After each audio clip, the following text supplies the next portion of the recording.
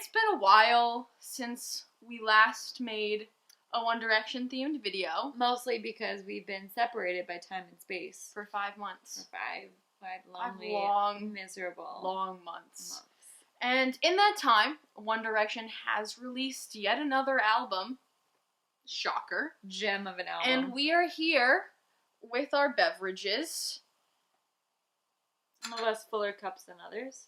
You know, I'm glass totally full type girl to review One Direction's latest addition to its burgeoning discography. Actually, it might not be burgeoning anymore. Who knows? Hiatus. This is Main in the AM and a drunk review with Kinky and Boots. Here we go. But I could listen to Harry Styles say "Hey Angel" all day. How do you think about the fact that he's aligning the Y and the A? What do you think about that? I actually kind of like that.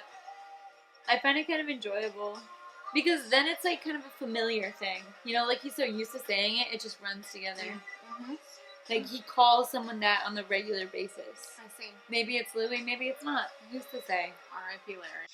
Yikes. To be honest, Louis is like the most interesting part of a lot of these things. Because you're always just like, huh, Louis! These harmonies. These thirds. God bless.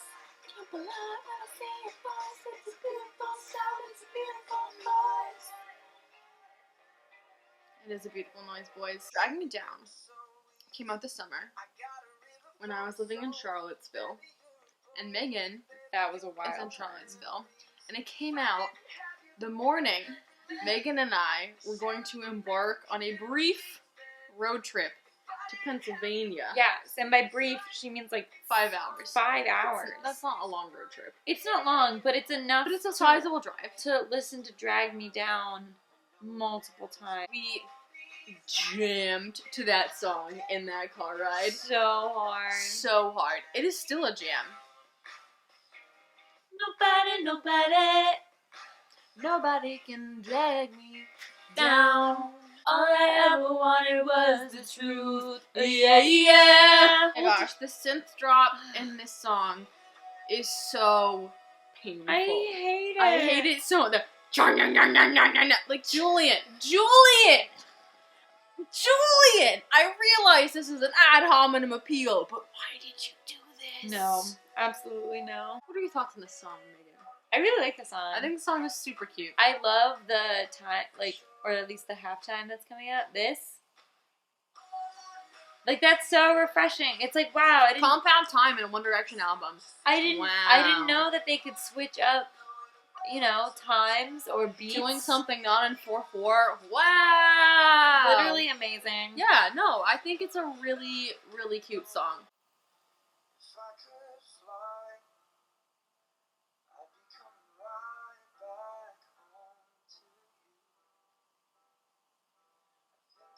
Oh, cry.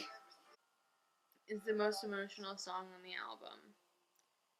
And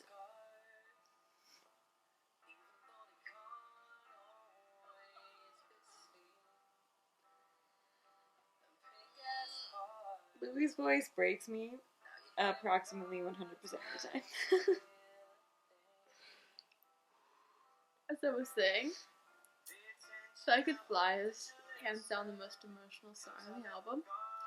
And I legitimately like wept tears the first time I heard it. And like not even the good version, the leaked version. And then I like wept again when I heard the good version. And I just like, it's so to me an ode to like last year. When they interchange every single line. This is the best Beautiful. part. It's just so, like, they're all in this together. And yeah, you're right. It's like this song is the theme of, like, our group's friendship. Long Way Down. I feel like this is one of the weaker songs. It's kind of a salute to just a very American sound. Yeah. You know, like, this is very American. British bands don't sound like this. No. But I agree where it's just kind of, it's like a mellow start and then Yeah, it doesn't and it just really, stays mellow. Yeah. But I do think that this is the low point in the album.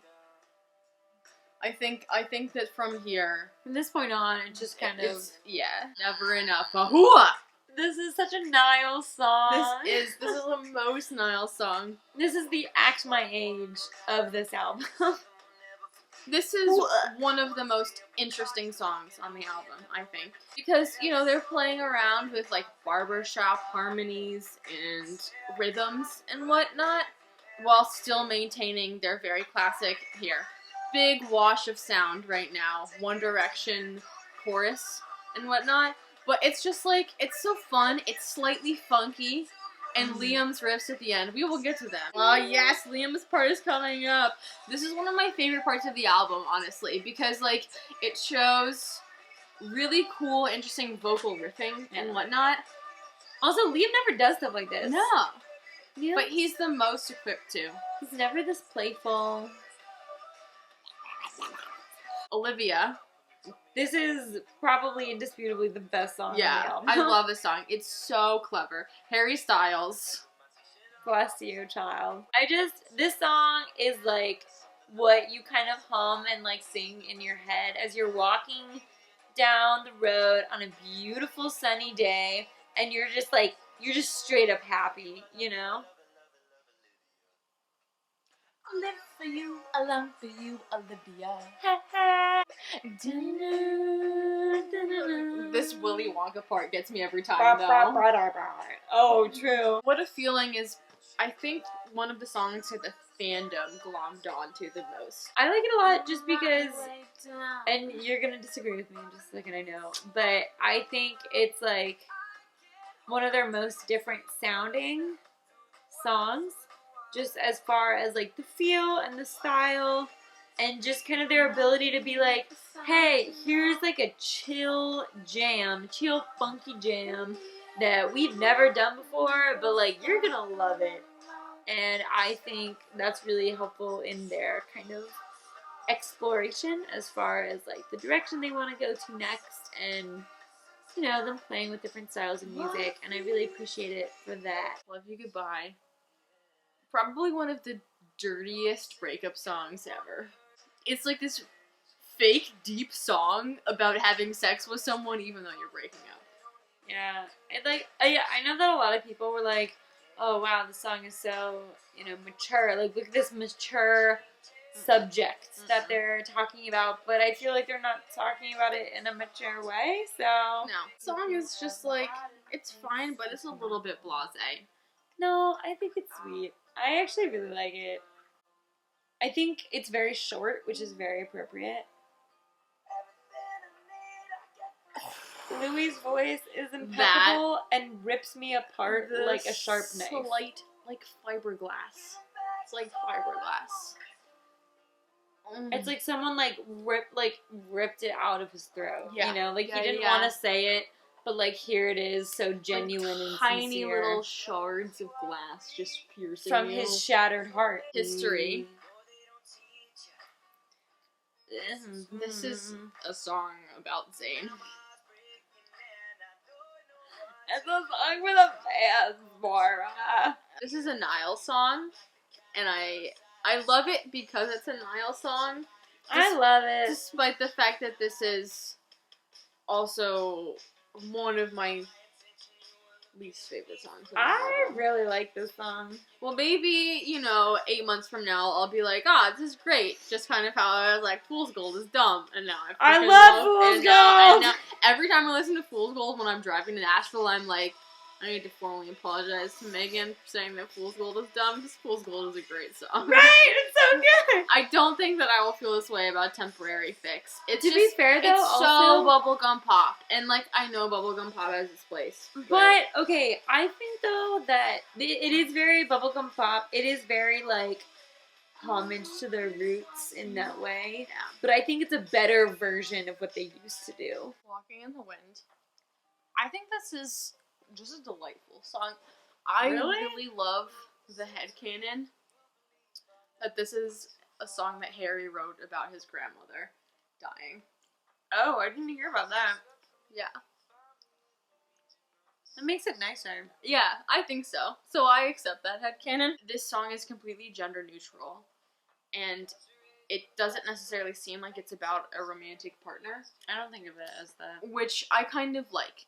Like, I kind of like the fact that there's a boy band song about something that isn't a romantic interest. Wolves, it has really charmed me. It has charmed the pants off It is of a me. charming song. Also, I don't know, I really like the juxtaposition of songs that are very, like, upbeat and light sounding, but the lyrics are something a little bit darker and more menacing, because I hear them coming for you, like, they're coming for your heart, you know?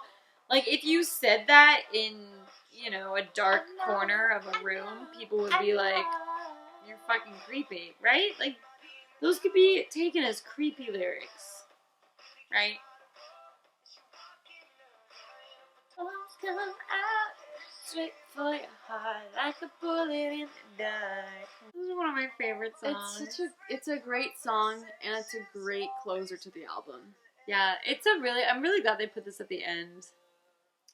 I heard, like, I saw this Tumblr post, as one does, and it said that History is One Direction's tribute to the fans, and AM is, like, their tribute to each other. That's really nice. I like that a lot. And I love that, because AM does feel like a song that you're singing to, like, a childhood friend or something. And so to think that they're singing this song to each other about these conversations that they've had and these scars that they've gotten in this just crazy wild 5 years of just insanity is, like, so... It's such a beautiful thought. This for me is definitely more of a friendship, sort of like, look how strong we are, look how much we've gone through together, and I'm still into it. It just isn't necessarily, like, romantic. Yeah. You know what it makes me think of, actually, all the time? What? Is, when we would be up until, like, 1 or, like, 2 in the morning in Old Dominion, in, like, the study rooms, and just, like, half working, but also half just, like, freaking out about things that were happening on Tumblr about One Direction. And it's, like, that's so very much this song. Yeah. This song is, like, everything that One Direction could be as, like, a minimum, like, a baseline, you know? I think that this album definitely feels like a goodbye. Yeah. Perhaps not a permanent goodbye, but, like...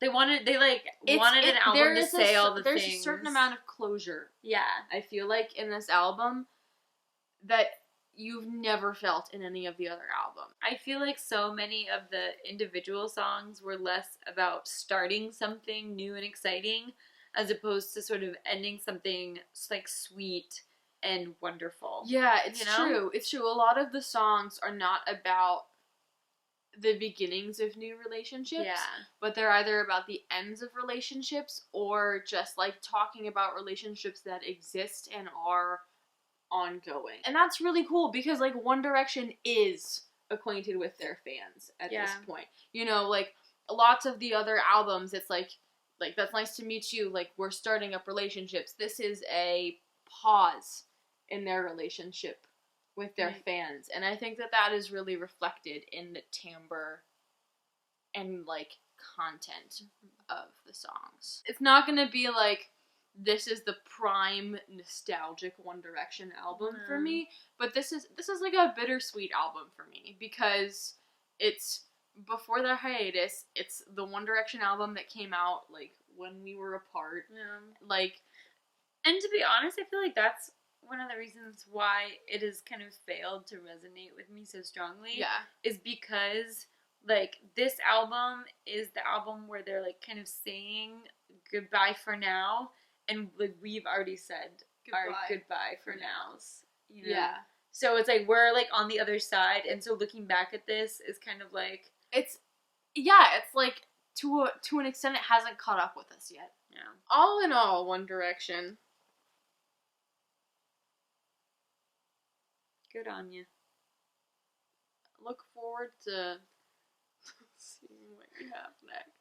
Look forward to your reunion.